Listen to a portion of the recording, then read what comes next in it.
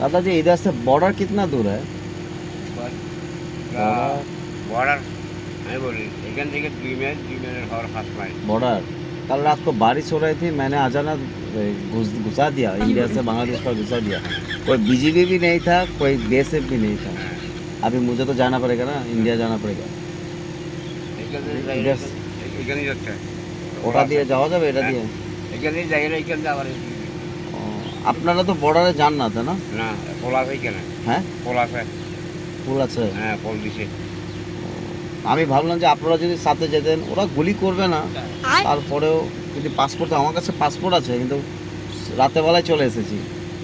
এখান থেকে দেখে এখানে ওই পোল আছে একটা, পোলটা দিয়ে যেতে পারে।